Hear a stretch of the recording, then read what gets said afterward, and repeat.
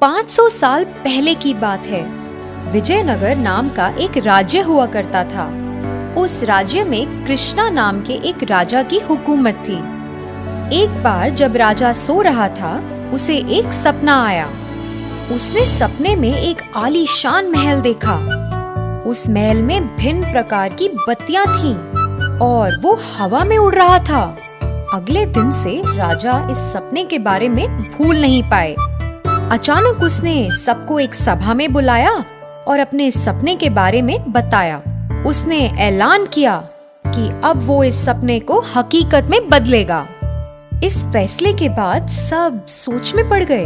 अरे, ऐसा महल कैसे बना सकते हैं? उड़ता हुआ महल बनाना तो नामुमकिन है। राजा गुस्सा हो गया। मैं किसी की नहीं सुनूंगा। तुम जो भी करो, मुझे बस ये सपने को हकीकत में बदलना है। जो भी ये महल बनाएगा, मैं उसे खूब सारे तोहफे इनाम में दूंगा। काम जल्दी शुरू हो जाना चाहिए। ये बोल के राजा वहां से चला गया। सभा के सारे लोग हैरान रह गए। कुछ दिन बीत गए। राजा उस सपने के बारे में अभी तक नहीं भूल पाया। इसी दौरान राजा के महल में एक आदमी आया। वो बहुत बूढ़ा था और लाठी की मदद से चल रहा था। वो राजा के पास आकर बोला, राजा जी, मेरे साथ अन्याय हुआ है, मेरी मदद करो। राजा बोले, मुझे बताओ क्या हुआ, मैं तुम्हें न्याय दिलाऊंगा। राजा ने भरोसा दिलाया। राजा जी, मेरे पास 100 सोने के सिक्के थे। चोर उन्हें मेरी अनुपस्थिति में लूट कर ले गया। मुझे मालूम है कि ये किसने किया है।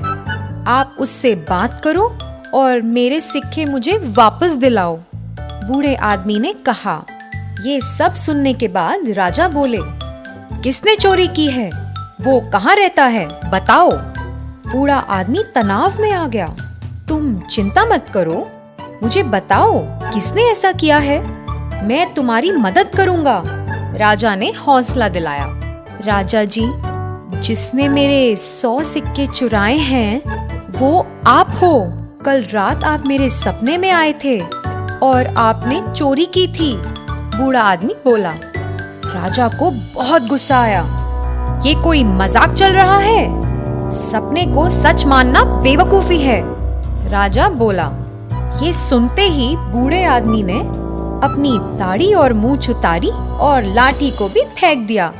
उसने अपना पूरा भेष बदल दिया।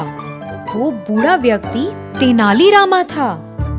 राजा जी, मुझे माफ कर दो। और कोई रास्ता नहीं था। मैं यही आपको बताना चाहता था कि सपने को सच में बदलना नामुमकिन है। ये सुनते ही राजा कृष्णा हंसने लगे।